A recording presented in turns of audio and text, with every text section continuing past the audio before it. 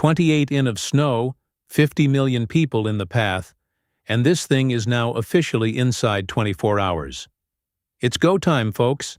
Blizzard warnings just went up for New York City for the first time in years, and every single model is now locked in on the same devastating track. And here's what's absolutely wild to me. Right now, it's 74° and sunny in Phoenix, while Boston is about to get buried under 2 ft of snow. That's the kind of temperature contrast that creates monster storms. And brother, this one's shaping up to be a real beast. Drop your city in the comments right now because I'm covering over 80 cities today, and you absolutely need to know what's headed your way. But first, let me tell you what the evening news ain't going to mention tonight, because this is the part that should get your blood boiling. Just weeks ago, during Winter Storm Fern, volunteer electrical crews showed up in Nashville ready to restore power. Trucks loaded, crews trained, and you know what the utility company told them? Nah, we're good. While 230,000 families sat freezing in the dark for up to 2 weeks, a father named Alma Martinez, 39 years old with kids depending on him, died from carbon monoxide poisoning trying to keep his family warm. His neighbor said it plain, "People are just trying not to freeze to death." And that wasn't drama. That was literally what was happening. 153 people didn't survive that storm. And here's what keeps me up at night. Nobody got fired.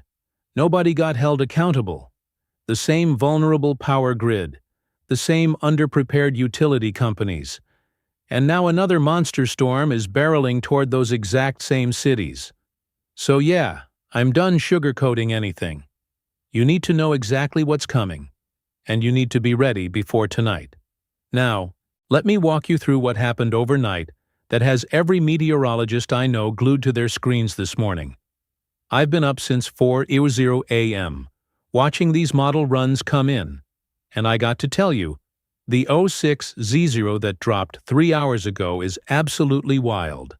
The storm track shifted west again overnight, which means heavier snow further inland and blizzard conditions for every major city on the I-95 corridor. Quick shout out to Patricia in Baltimore who messaged me last night saying her joints were aching worse than she's felt in 20 years. And Thomas in Long Island who said his barometer dropped faster in 12 hours than any storm he's tracked in 3 decades of living there. Y'all in the comments are literally the best early warning system out there. Keep those local observations coming all weekend. All right, here's my prediction, and I want you to screenshot this right now. I'm dead serious. Grab your phone and snap a picture. Boston ends up over 20 in. Long Island sees at least 24, and somewhere on the Delmarva Peninsula hits 28 in or more. If I'm wrong on all 3, I'll own it in Wednesday's video. And y'all can roast me in the comments all you want. That's only fair. But if I nail it, you owe me a subscribe. And you got to share this with everyone you know in the path of this thing. We got a deal. Now, let me break this down city by city. And I'm going to give you the straight talk, not the watered-down version you'll get on the 6:00 news, starting with the epicenter of this whole mess. And folks, if you live anywhere in the Northeast, you need to lean in real close. Right now, New York City, and I ain't going to mince words here, 15 to 24 in of snow with a blizzard warning in effect, high of 35, low of 25. Wind gusts over 50 km/h are going to create near zero visibility. And that's the textbook definition of life-threatening conditions. The last time NYC had a setup like this, the whole city ground to a halt for 3 days. And that was with a functioning power grid. My buddy Steve in Brooklyn, been living there since the Ford administration, called me this morning saying this reminds him of the big ones from back in the day. Boston, and I got a level with you here, 18 to 26 in with legitimate blizzard conditions and potential for record-breaking February totals. High of 34, low of 24. And that snow is going to be falling at 2 to 3 in per hour at peak intensity Sunday night into Monday morning. If you've lived in New England for 15 or 20 years, you remember what a real nor'easter can do. Well, you're about to get a refresher course. The last time we saw totals like this was back in 2015, and folks still talk about that storm like it happened yesterday. Philadelphia, 14 to 22 in with blizzard warning conditions, high of 36, low of 26. This could be one for the record books. And here's what worries me about Philly. PECO's track record with major storms ain't exactly something to write home about. Remember 2021 when they left folks sitting in the cold for 4 days straight. Same grid, same infrastructure, same concerns. If you've got elderly parents or grandparents in the Philly area, check on them today, not tomorrow when the lines are jammed. Long Island, oh boy, you folks are staring down the barrel of 16 to 26 in. Blizzard warning already posted across the whole island. Islip, Hempstead, Huntington, Babylon, Oyster Bay. Every single one of you is dead center in the bullseye for potentially historic totals. The banding feature showing up on the models could drop 3 to 4 in per hour in some spots. And that ain't a typo. That's insane. Marjorie from Smithtown dropped a comment yesterday asking if she should move her car off the street. Honey, yes. Do it today, not tonight. Buffalo. And y'all are built different up there. Everybody knows that. But 18 to 28 in with lake effect is serious even by your standards. High of 30, low of 20. And that lake effect machine is going to keep cranking long after the main system pulls out to sea. Linda from Orchard Park left a comment saying her neighbor's horses were acting real skittish. Yesterday, old farmers swear that means a big one's coming. I don't know if there's science behind that, but after 30 years of doing this, I've learned not to argue with folks who read the animals. Cleveland at 12 to 20 inches with lake effect blizzard conditions. High of 33, low of 23. That whole I-90 corridor is going to be shut down. Detroit at 10 to 16 in combining lake effect with the main storm. High of 32, low of 22. Motor City is in for a rough few days. If you're in one of those older Detroit homes with the original plumbing from the 50s or 60s, let those faucets drip tonight, or you're going to have a real mess. Harold in Dearborn messaged me asking about timing. Here's your answer, brother. Heavy snow starts tonight and doesn't quit till Monday afternoon. Chicago at 8 to 14 in with heavy lake effect snow. High of 34, low of 22, winter storm warning in effect for Cook County and beyond. That lake wind is going to be absolutely brutal. Wind chills dropping into the single digits. Layer up if you absolutely have to go outside. Milwaukee at 10 to 15 in of heavy lake snow. High of 32, low of 21. Same setup as Chicago, but you're catching even more of that lake enhancement. Now here's where I need everyone in the Mid-Atlantic to really pay attention because this next part could save your life this weekend. Washington, D.C. at 8 to 14 in with a winter storm warning. High of 38, low of 28. And that's a huge deal for the nation's capital. This snow could start as rain Sunday morning and then dramatically switch to heavy wet snow around lunchtime. And it just keeps coming from there. I know D.C. ain't exactly known for handling snow with grace and dignity. So, if you work downtown, make Monday a work-from-home day. Trust me on this. Baltimore at 10 to 18 in with blizzard potential. High of 37, low of 27. You're smack in the middle of that heavy snow corridor. The Delmarva Peninsula is where the models are showing the absolute highest totals. We're talking potentially 2 feet or more in some spots. Virginia Beach and Norfolk at 5 to 10 inches with snow and rain mixing. Winter weather advisory in effect. Coastal flooding is a real concern. Hampton at 5 to 10 in with that same mix. High of 46, low of 32. And the flooding risk along the tidewater is no joke. Richmond at 6 to 12 in with a snow mix. High of 44, low of 31. You're riding that razor's edge between rain and snow all day Sunday. Now, here's the thing about this storm that makes it particularly nasty. And I need the older folks especially to hear this part. This ain't going to be that light, fluffy, powdery snow that's easy to push around with a broom. Not even close. This will be heavy, wet, cement-like snow that weighs a ton and sticks to absolutely everything it touches. Every single year we lose folks because they tried to shovel their driveway too fast and their heart couldn't take the strain. I'm not saying that to scare you. I'm saying it because I've seen it happen, and I don't want it happening to anyone watching this video. Take breaks every 10 or 15 minutes. Stay hydrated. And for heaven's sake, don't try to be a hero out there. The snow will still be there in an hour. Newark and Jersey City at 12 to 21 in with blizzard conditions.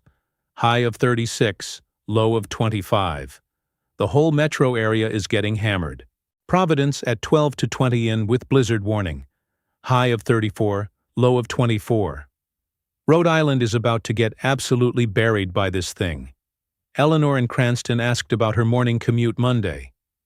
Eleanor, honey, there ain't going to be a morning commute Monday. Stay home.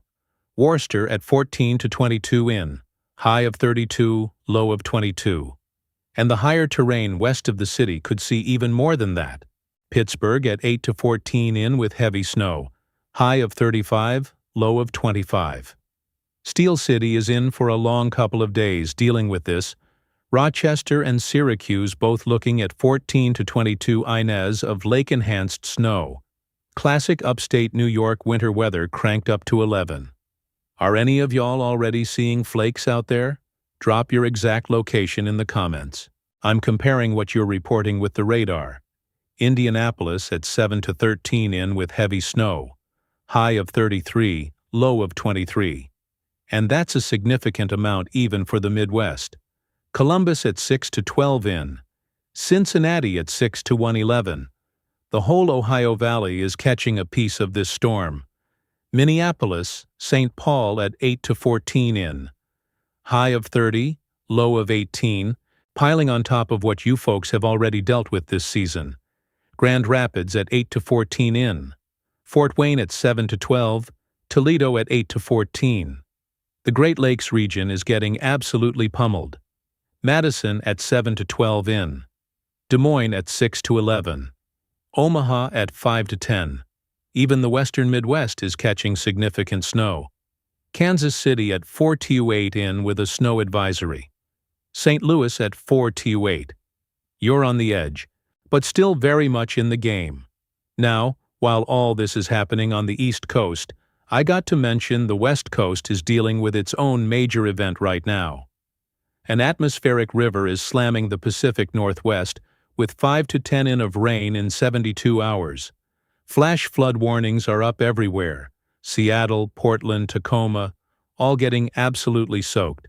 So if you've got family out there, might want to give them a call too. Now back to the main event. Let me explain why this nor'easter is setting up to be so incredibly intense. We've got 3 separate moisture sources all converging at the exact same time. That's like the perfect recipe for a monster. Moisture from the Rockies, moisture streaming up from the Gulf, and a low pressure bombing out right off the Carolina coast. That low is going to drop to around 999 millibars in just 24 hours.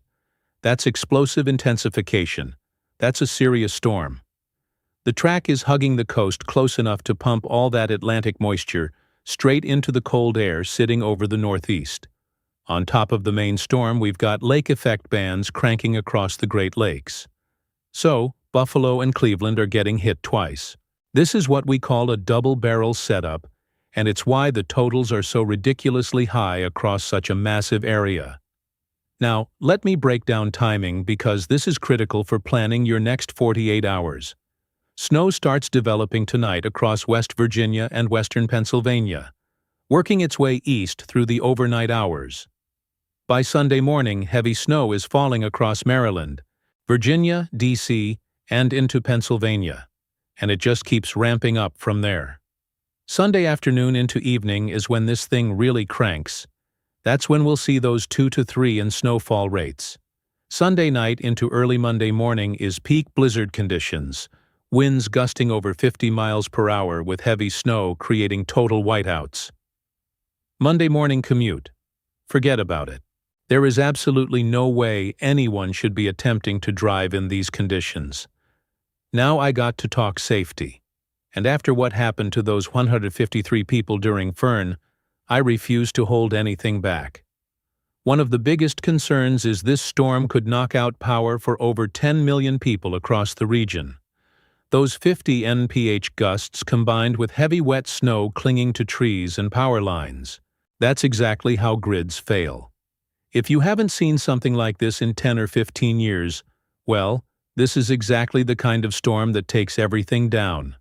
Get your supplies today, not tomorrow when the stores are mobbed and the bread aisle looks like a tornado hit it. Food, water, medications, flashlights, batteries, anything you'd need if you couldn't leave your house for 3 solid days. Charge every single device you own tonight. Phones, tablets, laptops, those portable battery packs your kids gave you for Christmas. If you've got a generator, test it today, not tomorrow. Make sure it's got fuel, and you remember exactly how it works. And I'm going to say this as clearly as I possibly can. That generator goes outside. Period. 20 FT from any window or door. No exceptions. No, just this once. No, I'll crack the garage door. None of that. Outside or don't run it at all. Carbon monoxide is what killed Almo Martinez, that 39-year-old father I mentioned earlier, and it'll kill you just as quick. That gas has no smell, no color, and by the time you start feeling woozy, it might already be too late to save yourself. I've read the incident reports from Fern, and let me tell you, those stories will keep you up at night. Don't become one of them. Now here's something that saved lives during the last storm, and I need you to actually do it. Check on your neighbors, especially elderly folks living alone. A quick 5-minute phone call could genuinely be the difference between life and death. During Fern, some folks who didn't make it were found days later because nobody thought to check until it was too late. If you're over 60 and living by yourself, please reach out to someone now. Give a neighbor your number. Pride ain't worth your life. Get your pets inside today. I say this every single video and I'll keep saying it. If it's too cold for you, it's too cold for them. Keep your car's gas tank at least half full. If you lose power, your car becomes your backup heat source in an emergency. And for crying out loud, if you don't absolutely have to be on the road during this storm, just stay home. It really is that simple. All right, here are the 4 things on my radar that I need you to keep on yours for the next 72 hours.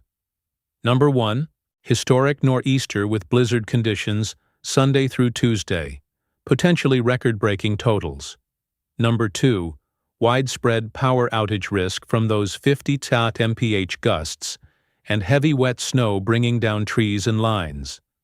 Number 3, lake effect snow piling up across the Great Lakes on top of main storm totals. Double barrel impact.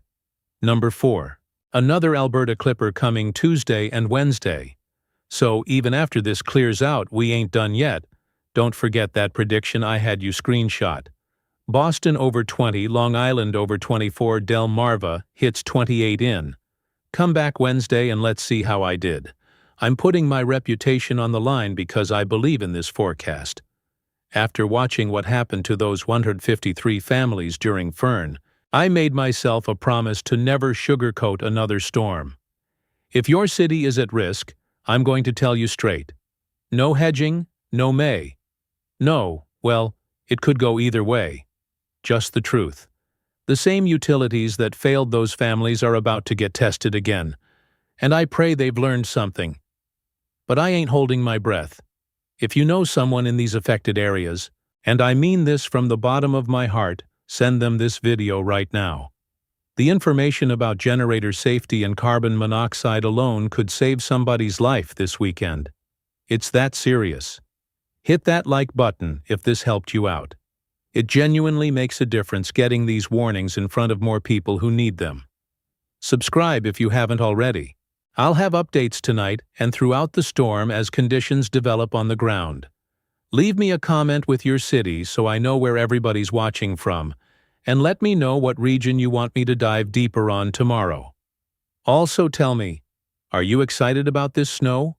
Or are you completely done with winter at this point? I'm genuinely curious what y'all think. The community in these comments has been absolutely incredible all winter.